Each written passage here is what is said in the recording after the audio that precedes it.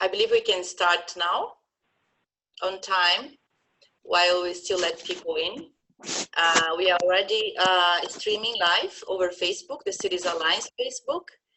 I just will start with some technical announcements. Please feel free to use the chat. The idea is to have a very lively interaction in this session. But please turn off your mics to enable the speaker to be listen. Yeah, you all know how Zoom works. We'll have the presenters, and then at the end, the questions and answers. Kathy will moderate, and as said, feel free to use the chat. Welcome, everybody. I will hand over immediately to Judy Baker, who has an extensive CV. I will not go through everything, but she published many books. She worked in operations, in analytical work at the bank, in urban, sustainable urban development, slum upgrading, housing, several areas. So she's an authority on slum upgrading in the bank. I will hand over to her for her opening remarks. Cambio, Judy. Thank you, Anaclaudia. Just confirming, can you hear me? Yes, very well. Okay, perfect. Thank you. I just wanted to say how happy we are to be joining Cities Alliance in this event. As you know, we've had a long partnership and with Anaclaudia herself and with Cities Alliance on the important issues of addressing the needs of those in slums to try to help to achieve better living conditions. And I think the timing of this is super important. We know that the challenge of slums right now is especially acute with the COVID crisis, because for many, there's no way to socially distance, hand washing may be difficult, and the economic impacts have been extremely severe, especially for those living in informal settlements. The bank has been very active in supporting slum upgrading projects around the world because we know it works. So there's lots of research on the benefits of investing in physical improvements such as water, sanitation, solid waste collection, access to roads, footpaths, in improving land tenure, facilitating investments in housing improvements, and extending access to social programs. These have all shown positive outcomes that include improved health, better living opportunities, livelihood opportunities for people, more private investments in home improvements, better access to jobs and transport, and reductions in crime and violence.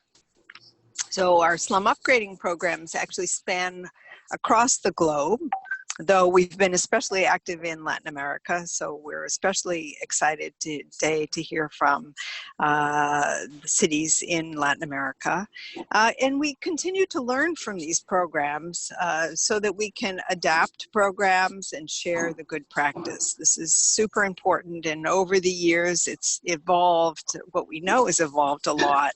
Some of the important lessons that we've learned include the importance of strong community participation for a successful design, implementation. It's important to have strong participation for that, for the sustainability of investments. There's a huge value in working closely with local governments. In fact, it's essential, I would say. We have learned to try to minimize resettlement to the extent possible unless people's lives are at risk. And there's a huge importance of connecting these communities that are upgraded with the rest of the city. Listen. To try to connect it with the rest of the city. So at the same time, there are challenges that remain.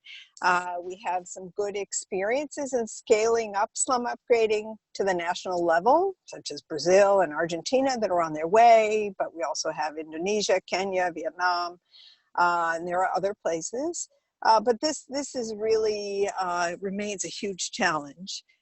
There are a lot of countries that haven't been able to get there for a variety of reasons. And we hope that seminars such as this one can help us learn about the good cases, how some of the challenges are overcome, and of course, how we can increase opportunities for improving living conditions for the close to 1 billion people living in slums.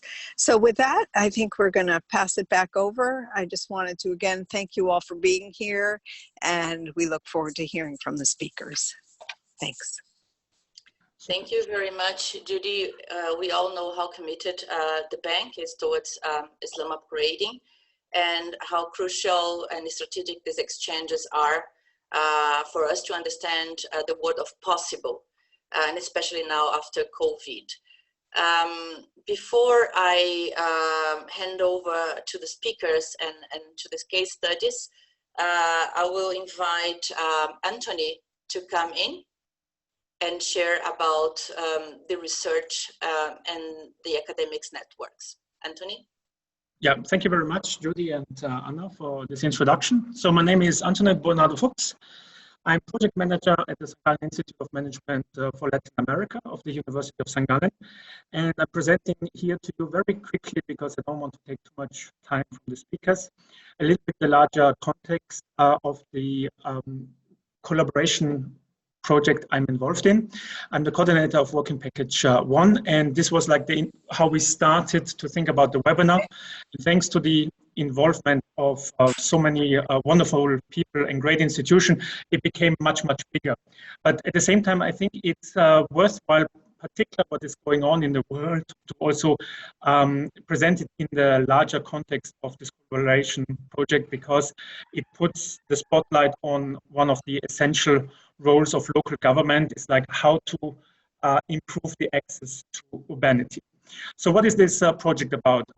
Some of you might already have heard about the joint working project of Cities Alliance on equitable economic growth.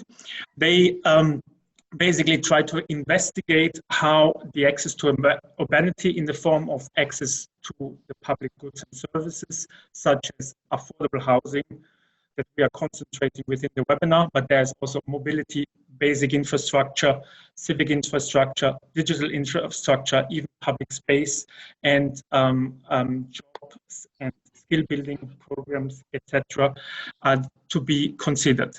So we have been working with the Cities Alliance. Those are 3 academic networks: REDEUS-LAC for Latin America, AURI for Africa, and N-AERUS under the lead of the TU Berlin, for a more global network to try to find evidence on the interrelations between equitable economic growth and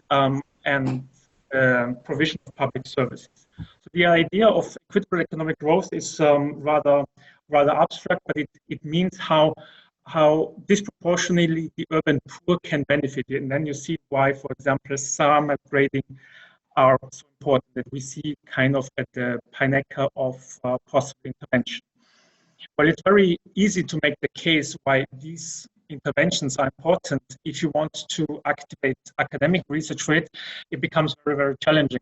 And we're quite happy how it turned out, because it was not easy to find a scientific workflow to identify like good practices that really manage to stimulate equitable economic growth. So what we were doing, and a lot of people in the audience, I think, are, or some people in the audience, because we have quite a lot of viewers, have been involved actively in this project. We started, as it was impossible to connect these ideas and with academic discourses, as it's just too large. We looked at the international publication, looked what kind of projects were mentioned there, without qualifying them, just to see which projects were singled out, deemed as important to be mentioned, and received a list of around 400 to 500 projects. And these projects are now reviewed through the networks, and experts share their views. This is really a good project. I'm not so certain about this one, etc., etc. So we will end up with a list of like 40 to 50 projects, where slum upgrading is a part of it, but quantitatively speaking, probably not the most important one. I mentioned the other public goods and service categories that are there, and we're trying to write certain smaller project briefs to understand how they work. and we look at like three elements next to the context. We look at the institutional configurations of the governance of these projects. We look how they are financed, because there are very, very different realities there. And we also then focus on what is the positive impact of this project. And we ask the presenters of today to a little bit follow this kind of structure in their presentation.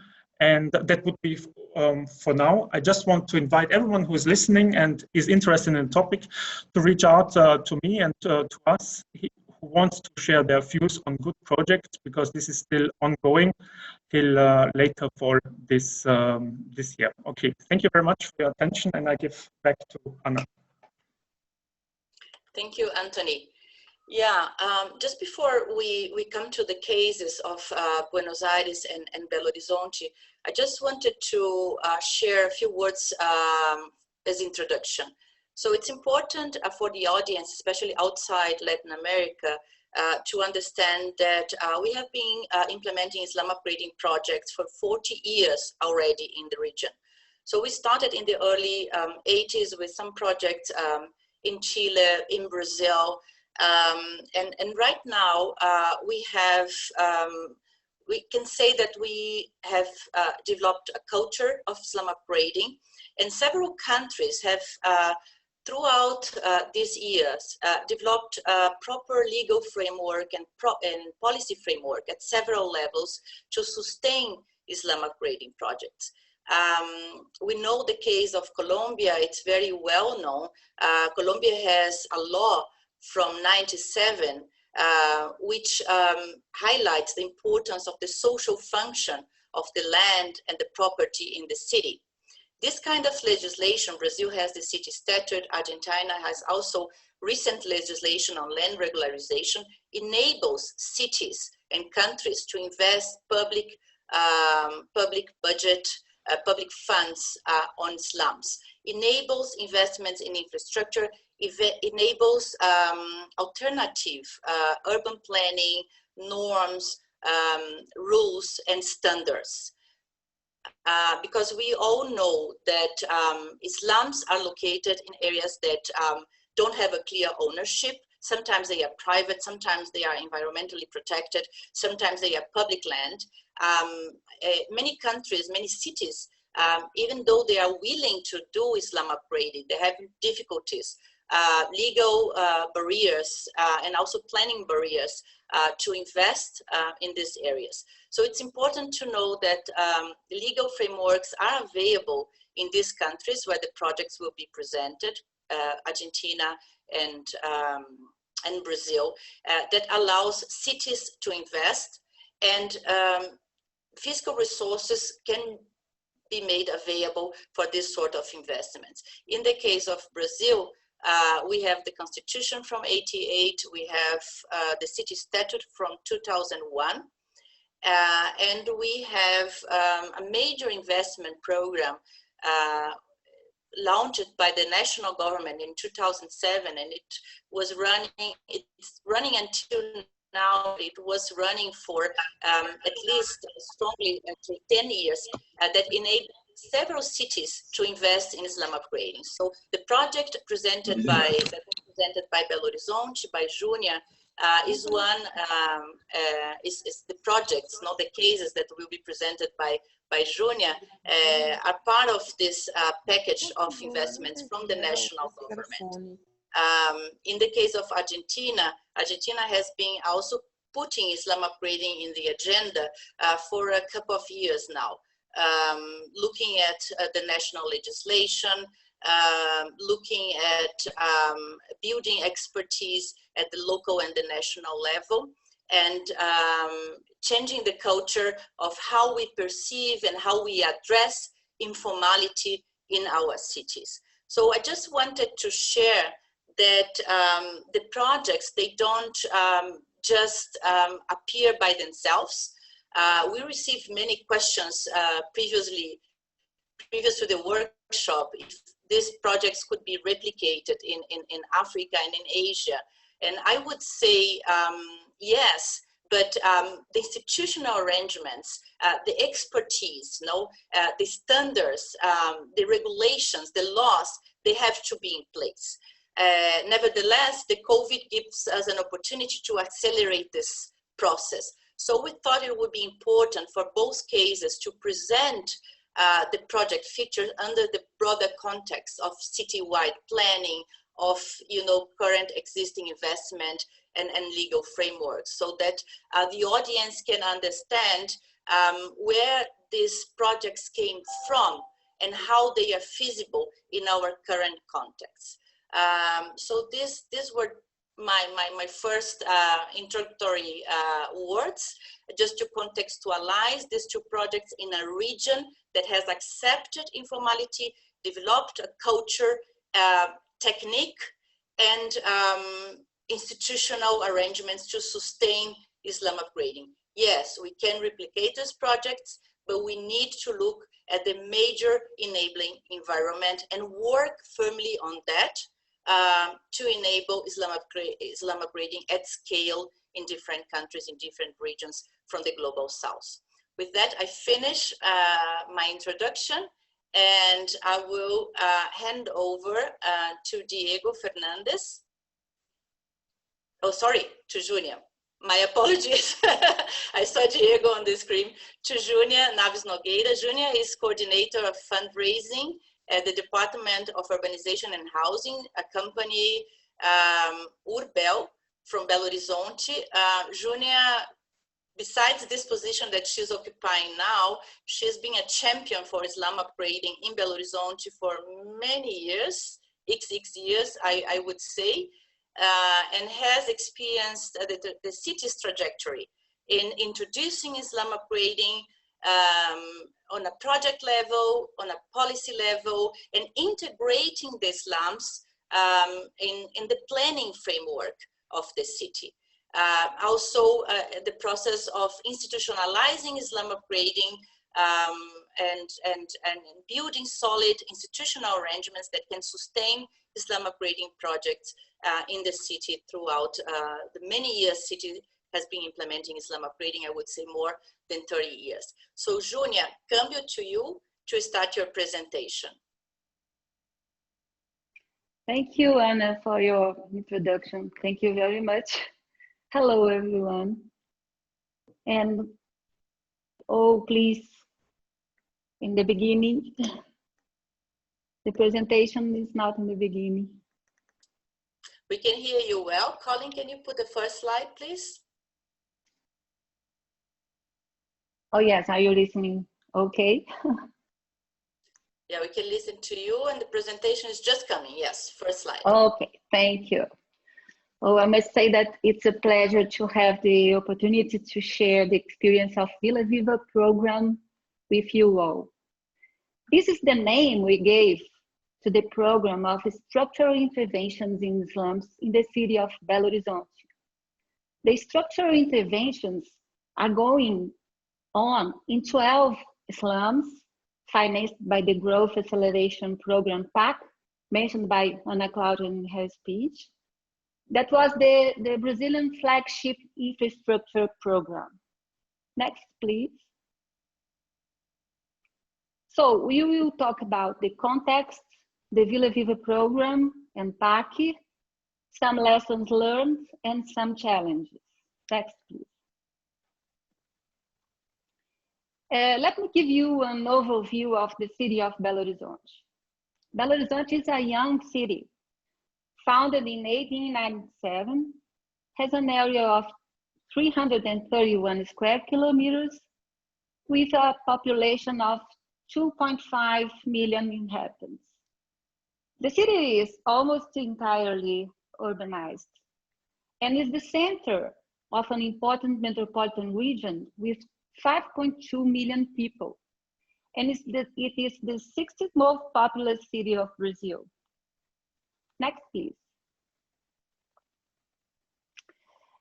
We have 400 informal settlements with almost 500,000 people. So we have almost 20% of our population of the city living in 7.5% of the territory. That's a high density. Besides that, our housing deficit is 56,000 units. Next, please. To deal with all this, we count on the city housing policy established in 1994. And Urbel, the urbanization and housing company where I work, is in charge of managing and regulating the city's housing policy. And Vila Viva is a program of our housing policy. And it promotes urbanization, social development, and land regularization in slums in an integrated and holistic way. Another plan is done for each slum with the participation of the community during all the process of elaboration. And these plans also are have an integrated approach to physical, legal, and socio-economic issues with data collection, mappings, diagnosis, and proposals. And we have more than 70% of the slums of Belo Horizonte have their specific plans completed.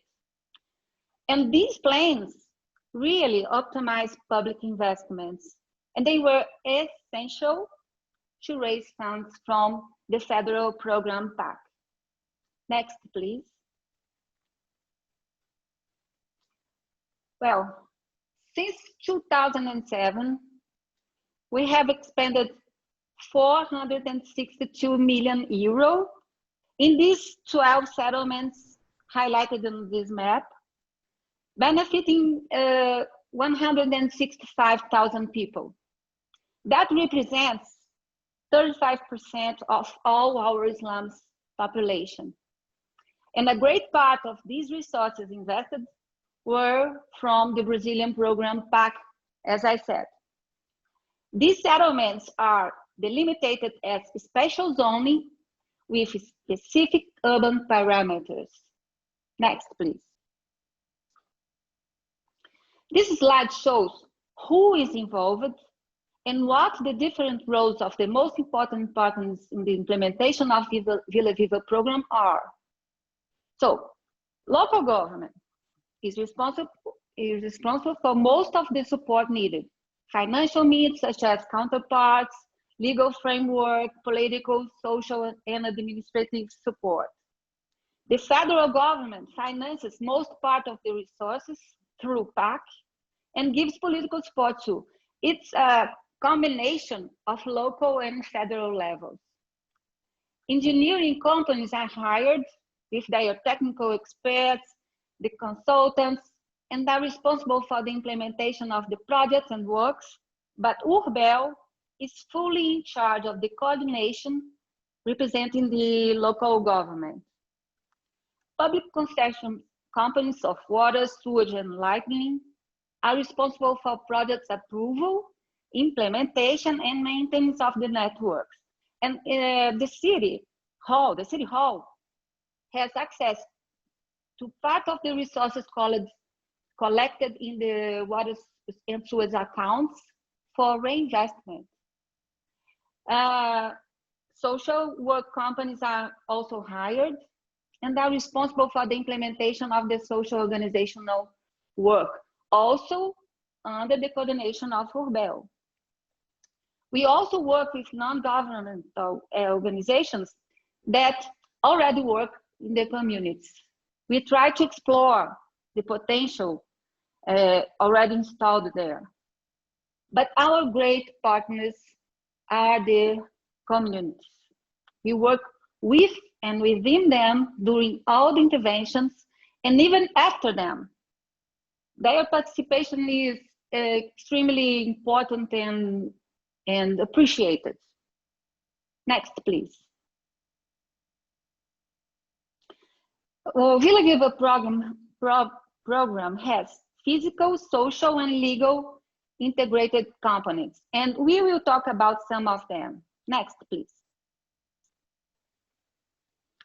Thousands of meters of vehicle and pedestrian roads were urbanized. Hundreds of square meters of parks and squares were constructed. Nursery schools were built. Community development centers were implemented, as well as sport complexes. Next, please. Thousands of sanitation networks were implemented, electricity along roads implanted, and solid waste collection as long as the roads were appropriated. Next, please. Here is an example of urbanization work, a road. Next, please. Here is a sports complex. Next, please. Here is a geological risk area eradicated. Next, please. And talking about the housing interventions, the removals and resettlements are necessary due to the works, the urbanization works, of course, the occupation of flood or geological risk areas, and the occupation of areas with legal restrictions,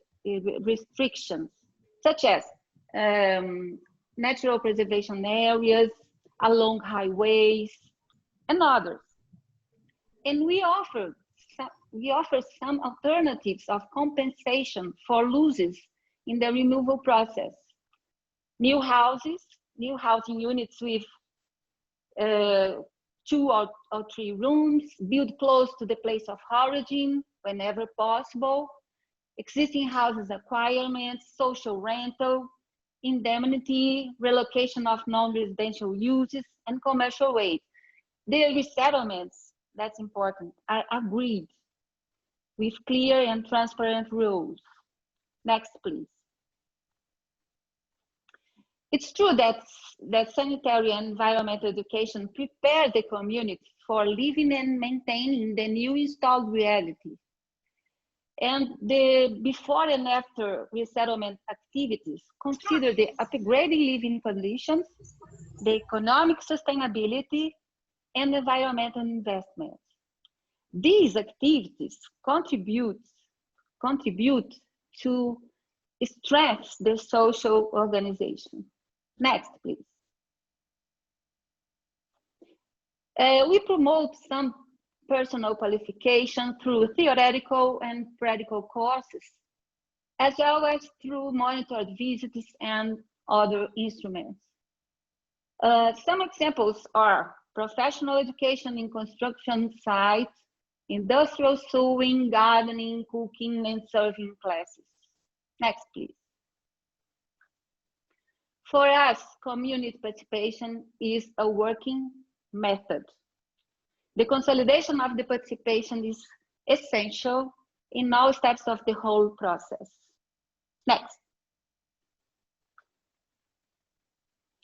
And after the completion of the urbanization works, the land tenure regularization process begins.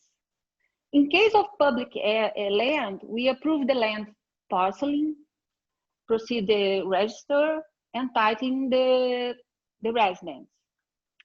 In case of private land, we expropriate the areas necessary for execution of the works, and the squatters in urban land are granted recognizable land claims after 5 years of occupation.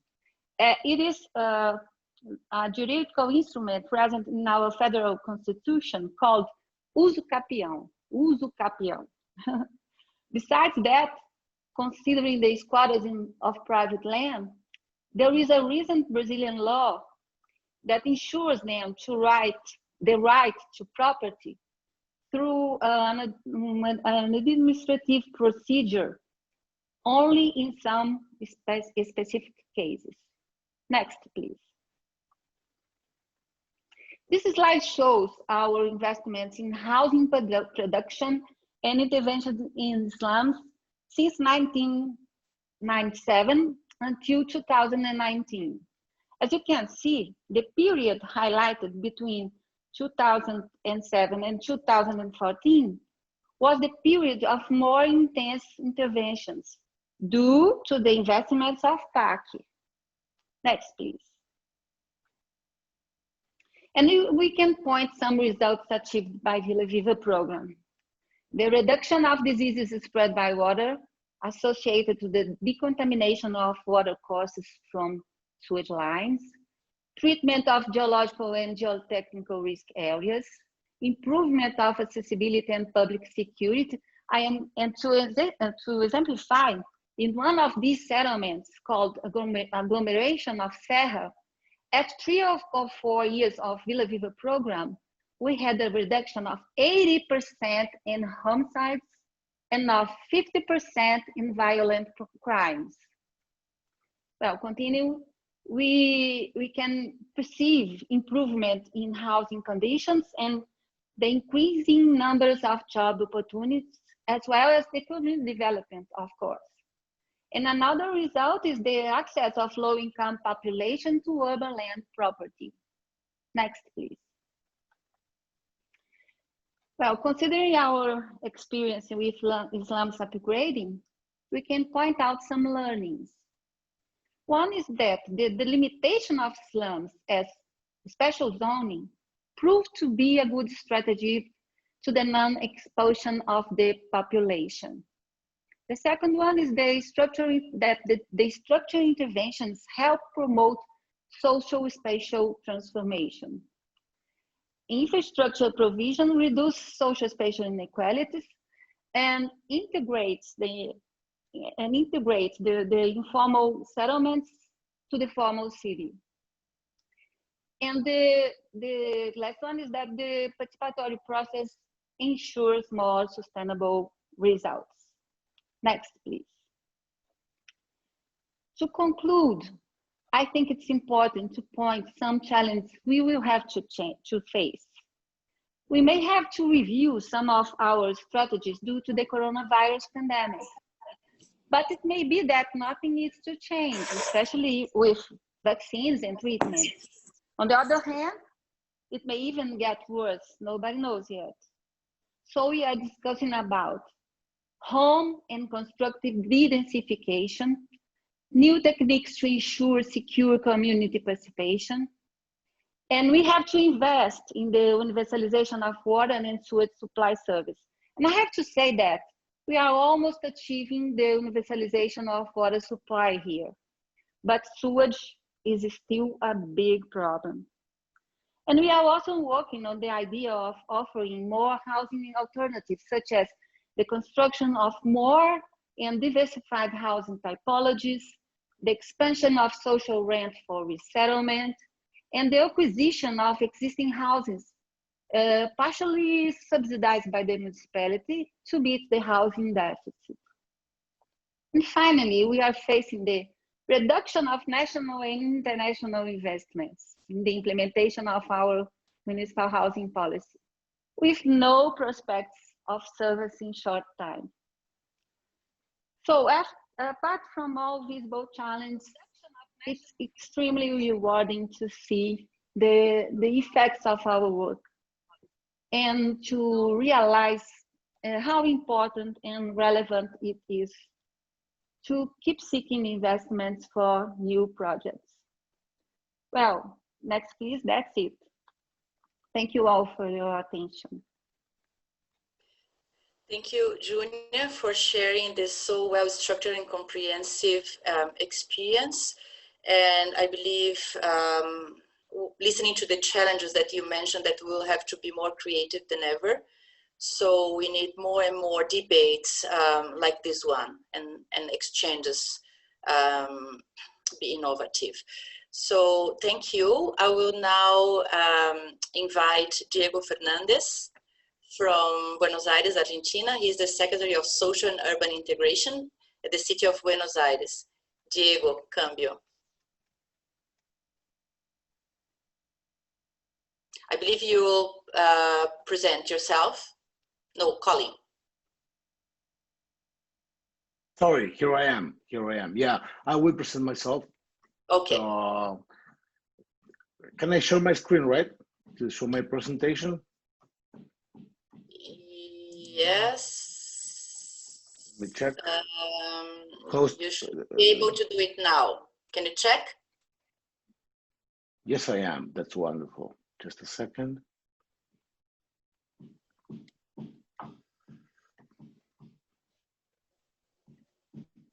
Yeah, it's coming. It's there. Perfect. And you hear well too. Okay, thank you very much. I'll try to go as quick as possible. Thank you everybody for being here so that we can concentrate on the Q&A later on, right?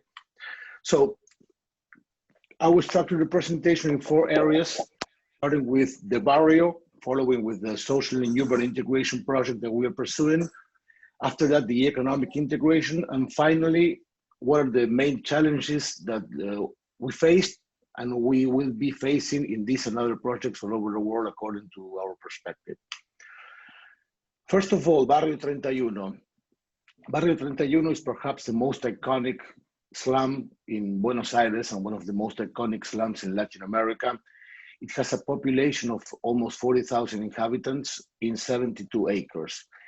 And one of its most important characteristics is that it's located in the middle of the downtown of Buenos Aires city. And it's adjacent to one of the most expensive pieces of land and one of the most high income neighborhoods in Buenos Aires, which is the Recoleta and Retiro neighborhood. It has been there since 1932, so it's a rather old neighborhood, and it has a very profound and deep history within the Buenos Aires and Argentine communities. When Major Larreta took office in 2015, as a matter of fact, 1.5 years before that, we decided that one of the most crucial aspects on how we view the city was to integrate Barrio 31 and 3 other of the most big neighborhoods in Buenos Aires city. But the social and urban integration was, for Major Larreta, one of the main challenges that we were facing in the first term of his government. Just to give you an idea on how we tackled and how we dealt with social and urban integration, this is a picture on how the northern part of the neighborhood looked in 2016. And this is the picture of how that same piece of land looks today. I like this before and after because it shows one of the most essential aspects of how we tackle this project, which is an holistic approach. What do we mean by holistic approach? First of all, something that we learned from our colleagues in Colombia, in Medellin specifically, a term that I love, which is urban acupuncture, which is putting really big and nice public buildings in the middle of low-income neighborhoods, because that brings development, that brings economic integration. And what we built here, where it says urban acupuncture and public education, is both the Ministry of Education of the Buenos Aires city, which was for us as well a very clear political message. Just to give you an idea, that we had no public schools in Barrio 31, and putting the Ministry of Education in the middle of the barrio was a huge message. Sustained mobility, transportation, new houses, energy efficiency, everything is included within this picture. Second, following the sort of the solid or the more infrastructural parts, we built 11 miles of new infrastructure. That's sewage, drainage, potable water, streets, public lighting, all over the barrio. Let me show you some of the before and after pictures of different parts of the barrio, how it looked and how it is today. The changes are huge, are really huge. Following with the urban aspects, we renovated 26 public spaces in barrios. We call in Argentina slums, usually barrios. In barrios, public spaces are really, they play a critical role in society, because usually people live in smaller houses, and the public spaces where the community may interact are something very important within the barrios. We renovated integrally 26 different public spaces. Here you have another set of before and after pictures. And now switching to the private areas, let's talk about housing. Within Barrio 31, we have almost 11,000 housing units. which consists mostly of houses and stores. That's not me. That's it. So up to now, in 4 years, we have improved 1,700 private houses, sorry. And the change is really big. Here you can see an example on how the houses were and how they are. But not all of the houses were improvable. We built 1,200 new houses. Of those houses, we have already moved 500 people, 550 people to the new houses, and we are trying to move everyone before the end of the year. You have some pictures on how the barrio is looking today.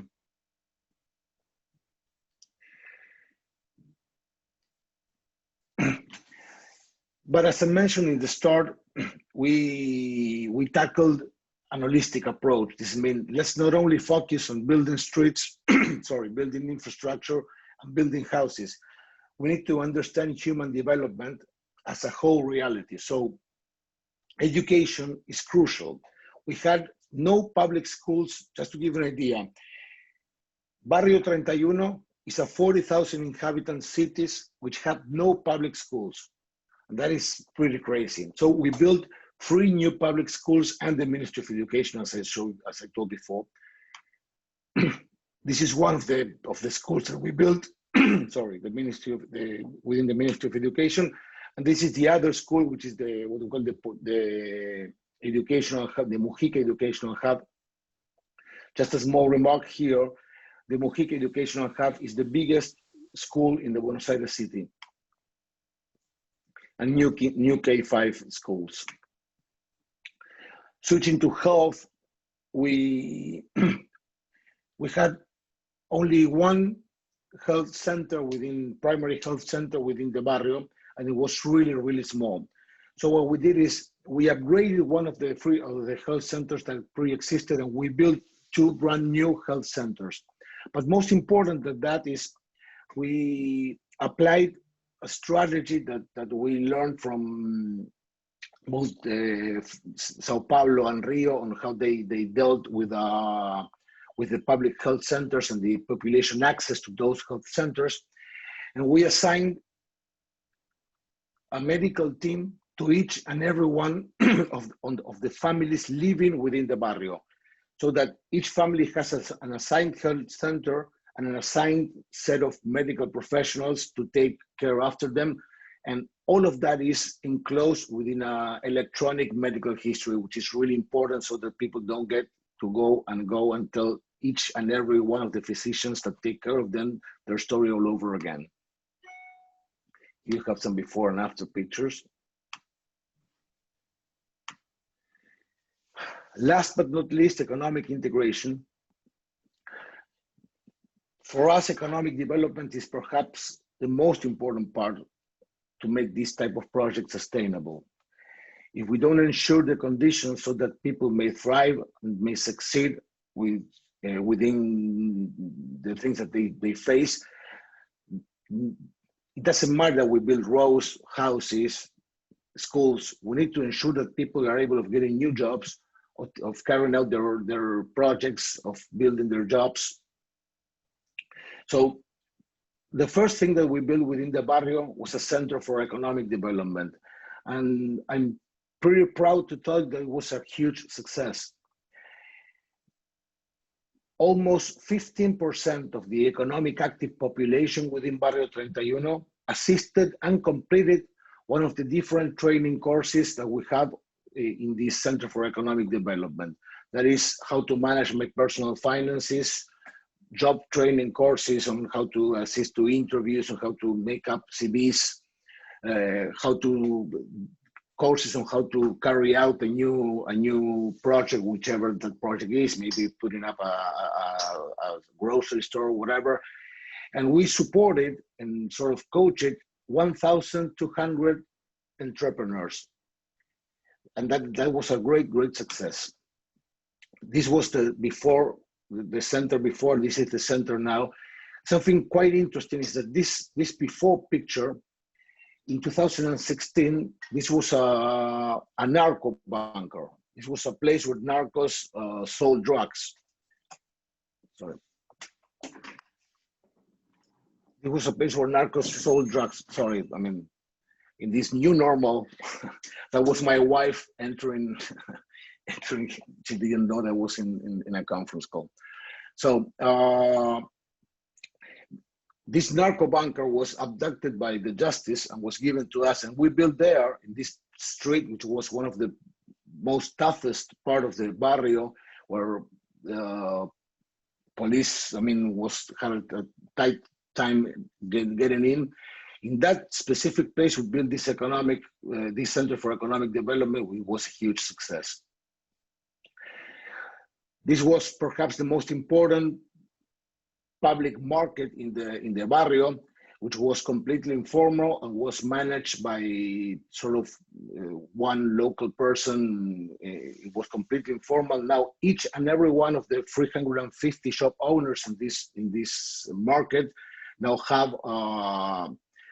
are incorporated within city taxes, and they are assigned one of these stores formally by the government.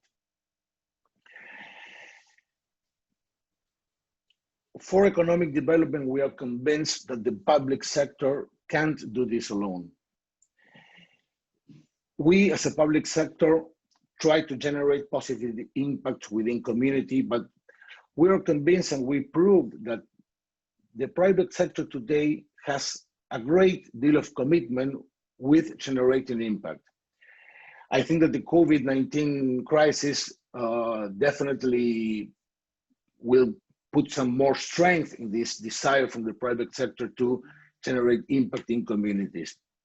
And we have worked with more than 150 companies in order to ensure that the people living in the barrio have jobs, are able of getting jobs in some of the most important companies, both in Argentina and the world. And many of those companies, as for example, McDonald's or Santander, open branches within the barrio, which is of course a crucial part of integration. Last, let's face the challenges.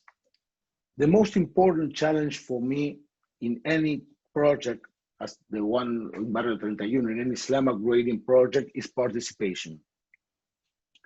In 4 years' times, we made 3,098 different participatory instances. And let me tell you something, it's never enough.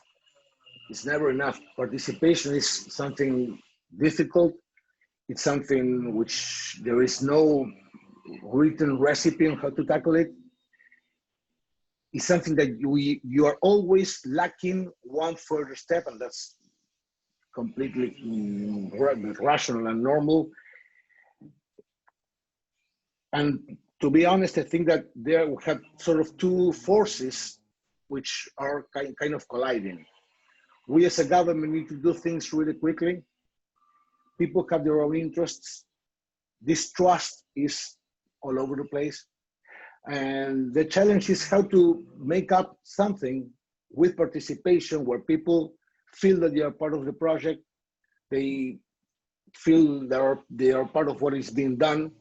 And the time that it takes makes things possible. And that is a huge challenge. I am happy with what we've done, but I think that we really need to improve a lot what we did. The second point, and in this barrio in particular, is quite perhaps the most important point of all, which is avoiding gentrification. As I mentioned at the start, Barrio 31 is right next to one of the most expensive pieces of land in Argentina, so gentrification is a huge menace. What we came up here is with an approach that tries to ensure that people don't get gentrified, and I will very briefly describe it. First of all, we're giving up land title, land tenure, and a 30 years subsidized mortgage. Second of all, and this is really important, we put a really, really tight limit on the plot allowance. Just to give you an idea, in Buenos Aires City, the minimum plot is 300 meters, and the maximum plot in the barrio is 250. So the maximum plot in the barrio, is more small than the minimum plot in the city. That pursues essentially two goals. First of all, ensure that the texture and the logic, the urban logic of the barrio stays the same. And second of all, it puts a stop on the land price. Second, we authorize a maximum height of ground floor plus 3. So no huge real estate development. And that for us is a very important thing. Another, in my humble opinion, quite innovative approach is we generated 250,000 meters of new airspace for residents. As I mentioned before, Barrio 31 has 11,000 units, 11,000 housing units. All of those housing units were built by residents. And all of these housing units were a source of income or a source of development. Maybe one resident built a new house and then he or she could lease this house to another potential resident, or maybe he or she could build a second floor, let's say, and maybe their family got to live up there, their sons and daughters. So what we did with this law that we sanctioned is we formalized that. I mean, let's allow that to happen, but within a formal structure. Instead of growing in informality, let's grow in formality. And for us, that would be a really huge source of economic development for the current inhabitants of the Barrio 31. And last but not least, the non-resident 3X tax. What we came up here with is a tax that, for example, if a person living in Barrio 31 sells its land to another inhabitant of the Barrio 31, that is a private transaction and we have no deal in it whatsoever. We as a government have no intervention in it whatsoever. But if a resident of Barrio 31 sells land to a non-resident of Barrio 31, the non-resident must pay the state a 3X tax on the original value of the land. And that is a way of avoiding sort of a real estate speculation on land prices. To close my presentation, the last point for me is scaling up. I think that it was one of the questions that I discussed with Kadi previously, and I think that the slum upgrading, we have a lot of very interesting experiences in Latin America and many other places in the world. But I really think that to really scale this up, we need to start thinking out of the box. And governments will not do it alone. Even if we put all of the money available in multilaterals for the next 20 years, we won't be able to upgrading all of the slums in Latin America. So we really need to come up with new solutions. I think that we have great approaches on how to tackle different aspects of the slum upgrading arena. And as I mentioned, several different experiences all around Latin America, which are great, and all around the world. But just to give you an idea, in Buenos Aires, in 4 years, we did a substantial upgradement in something like 85,000 people out of 250,000 living in the Buenos Aires city. But we have 4.5 million people living in slums in Argentina. It will take probably more than my lifetime in order to upgrade all of those slums. And I really think that we need to come up with models which allow the private sector to get involved, avoiding gentrification. We could use multilaterals as a leverage for all of those sort of models to tackle slum upgrading.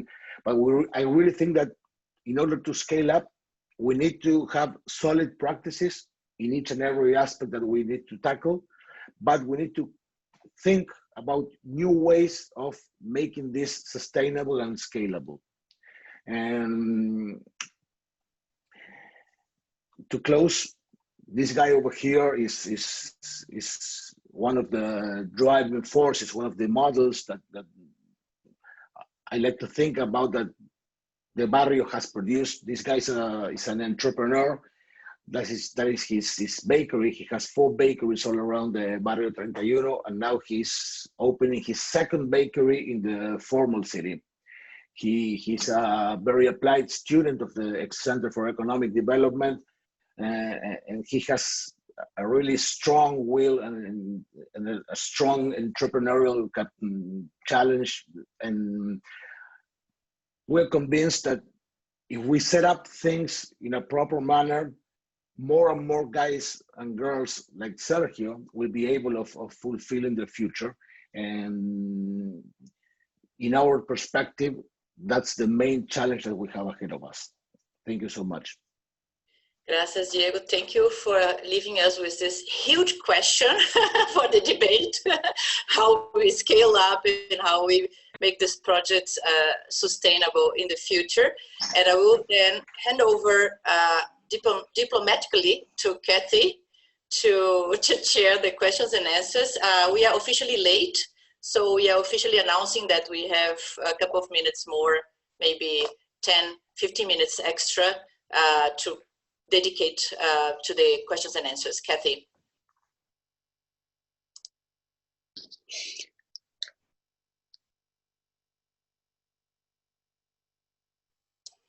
Kathy, we cannot hear you. Catherine Lynch, Senior Urban Specialist from the World Bank.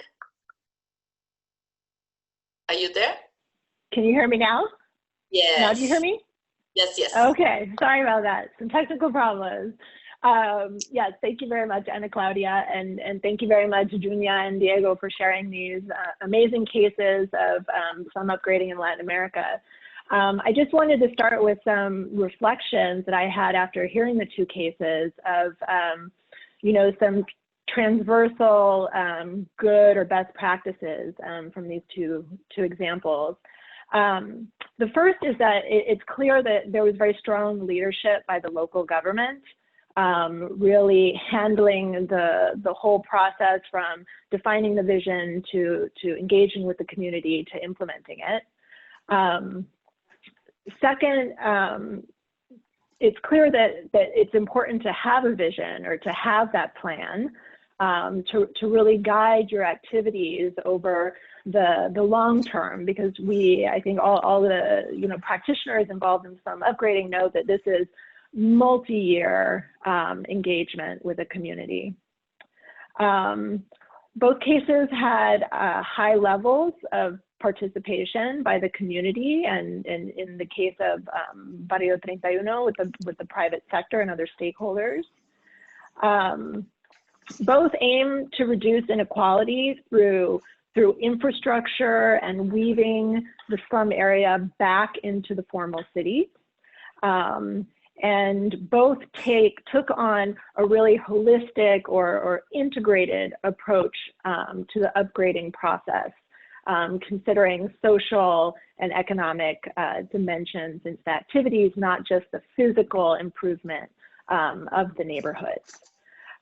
So we received many questions as part of the registration process for the webinar, and then several interesting questions have come up through Facebook and the Zoom chat. But I'd like to start with a couple from the registration process. And the first one is for you, Júnia. For Urbel, or in Brazil, how do you define affordable housing? And in your opinion, what is the role of slum upgrading in improving or increasing the supply of affordable housing? Well, the demand for affordable housing, are you listening to me? Oh, thank you. So the demand of affordable housing being higher than supply is the reason for the emergence of slums. And the reclassification of these informal areas is still a visible solution, both economically and socially, especially in cities where the cost of land is high. But the focus should not be only on this aspect. The requalification of existing slums is one aspect, and the other is the provision of new housing units, even though social rentals. And to make this housing provision visible and attainable, I should think in three things. First, we need to utilize urbanistic instruments in order to lower the value of land and therefore lowering the value of the rent too. And second, I think governments all over need to subsidize new housing purchase. And we need to employ a lower cost for lower cost housing typologies. That's what I'm thinking now. Excellent. Thank you, Júnia. So, you know, another question that came from the registration process, but also from Facebook, is related to the importance of slum upgrading given the current context of COVID-19, and the applicability of best practices from Latin America to other countries. And, you know, Diego, I know that for your secretariat and for the city of Buenos Aires, you did a lot of research into best practices. I think it would be interesting if you could tell us a little bit about that work that you did, and any examples that you really tried to leverage and that you think could be applied to other regions, such as Africa, especially now with the pressing need of COVID-19. Well, thank you very much, Kathy.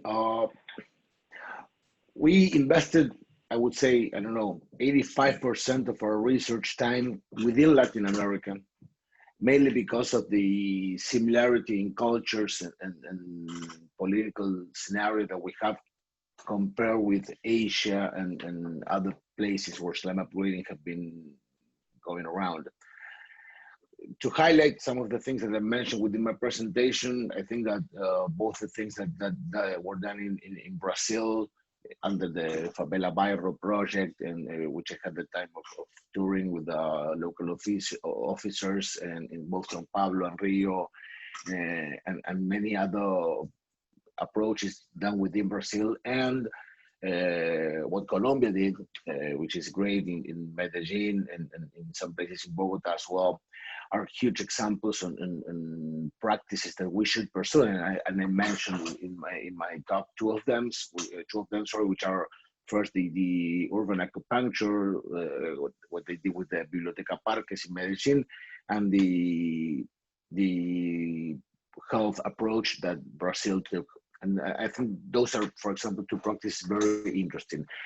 And to be honest, I won't mention the projects in particular because for an ethical reason, but we learned a lot about things that did not succeed. I mean, the things that, in our humble opinion, did not come up with proper solutions.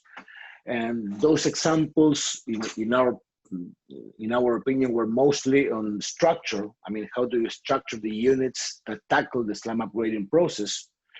Because many of the projects that failed because of the different areas of government that were involved and colliding with each other in order to take the project. And the other main area of failing was land tenure.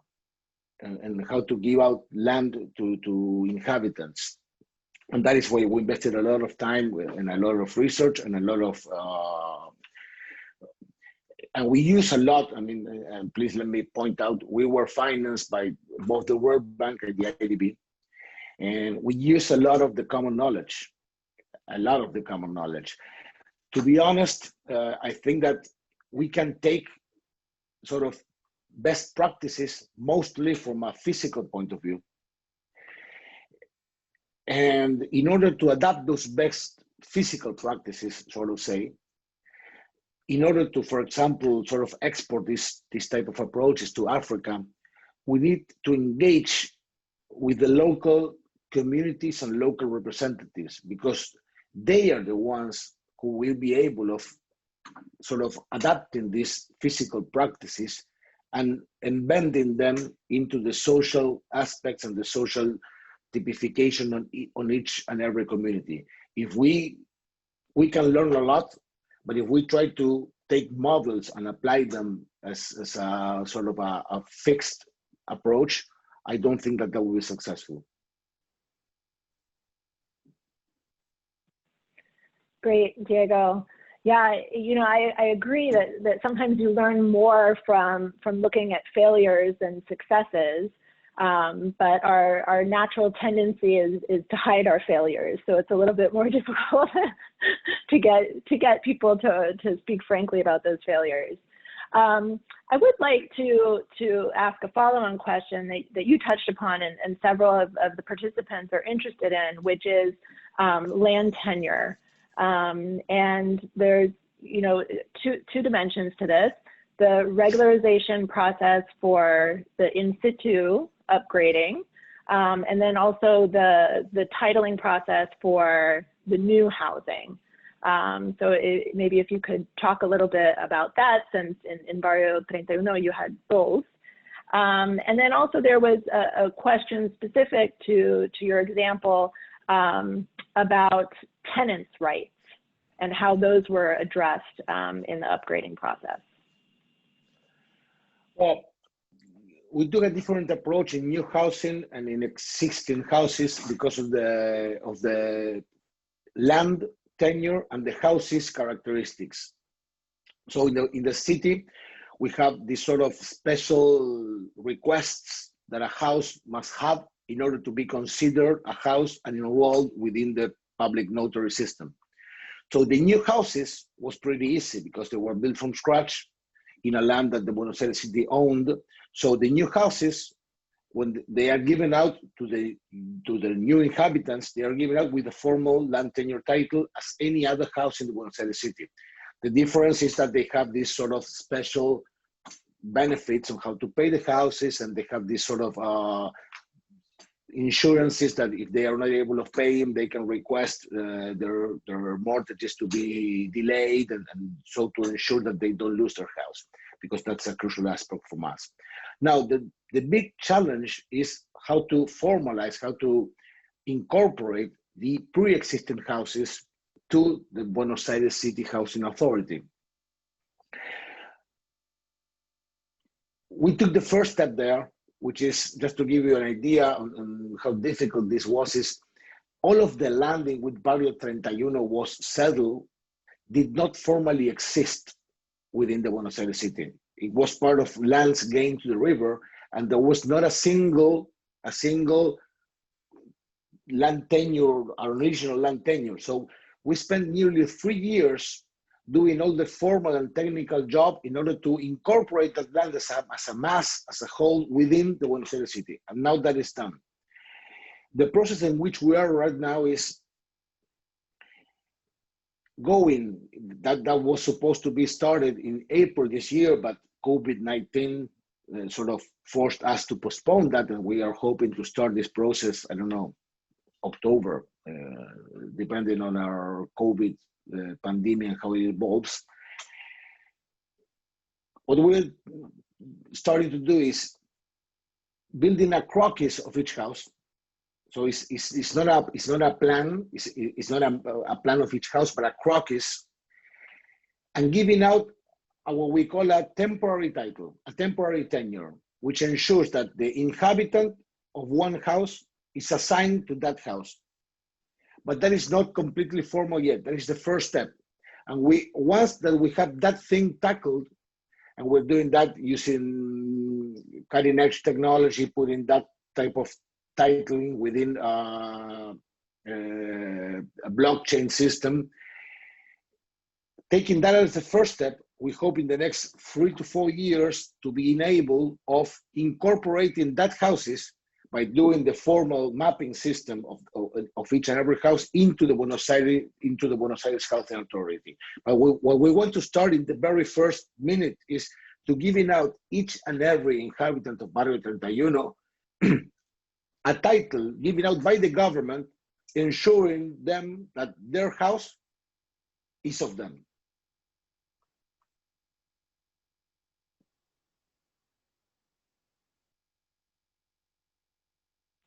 Excellent. Thank you, Diego. So, shifting back to the Belo Horizonte case presented by Júnia, I'd like to get your opinion on how we can improve the relationship between local planning, affordable housing, and the provision of urban services. And if you'd also like to comment, Júnia, on how the natural landscape is incorporated into that local planning process.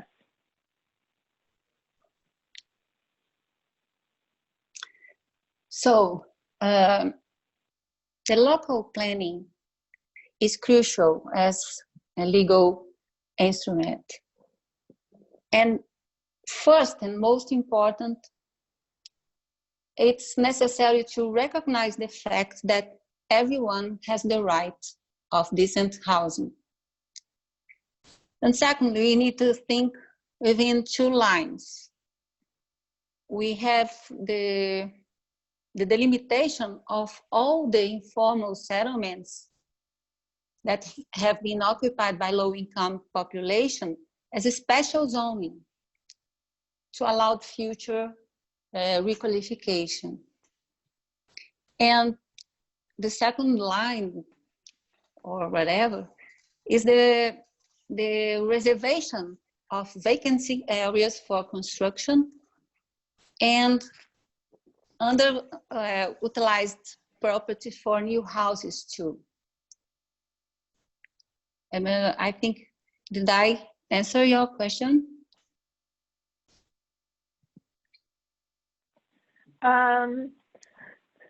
Sure. So if I understood, you have special zones that are established, right? And that then the local plan also identifies vacant land for the development of additional housing for low-income people. Yes, that's it. Is that right? That's why the local urban plannings are so crucial. Ours have this all inside, and we have just reviewed ours, and everything is there already. Okay, excellent. So I think we have maybe 1 minute for a last question. Someone made the observation that in both of the examples, there was very little green space, that it appears that that there's more concrete than there are trees and vegetation. Would either of you like to make a comment about that and the role of green public space in the upgrading process? My comment is that it's precisely correct. It's right. Barrio 31 is the most densely populated area in Buenos Aires City. And of course, everything is really packed. In 4 years, we planted nearly 700 trees, but of course, within a 40,000 inhabitant city, that's not enough.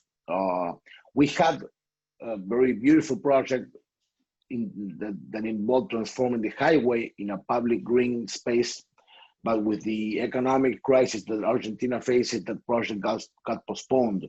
But making bigger, green spaces is one of the huge challenges that we face.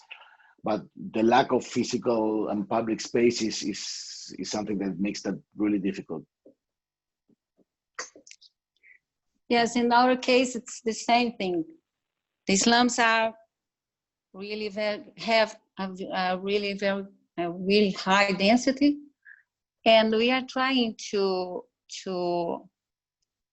face this challenge, because it's a problem that we have in our mind.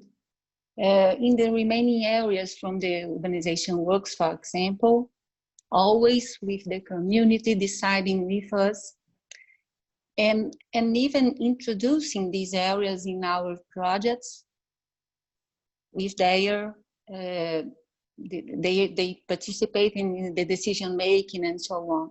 But the reality is really, as you said, it's a challenge that we have really to face. Great, thank you. So I think we're out of time for more questions. So I would like to say obrigada, gracias to both of you, and I'll hand back to Anaclaudia. Thanks, Cassie. This was amazing moderation for the so many questions that popped out. No, so we'll now close the Facebook streaming. I would like to thank everybody who attended, the panelists for the great presentations, the World Bank for wonderful partnership, REDEUS, AURI, LAC, TU Berlin, all the partners. This was an amazing collaborative effort, and maybe an initial step, Diego, to what you propose, right? We need collective action, and I believe we need to go global for that, not only in the city of Buenos Aires or in Argentina or in Belo Horizonte. So innovations now are more urgent than ever due to the climate change pressures and COVID. So our proposition is that we keep working closely for the future, cities and countries, NGOs, community-based organizations, academics that are prioritizing slum upgrading in their agendas, because we don't have time to lose. So thank you, everybody.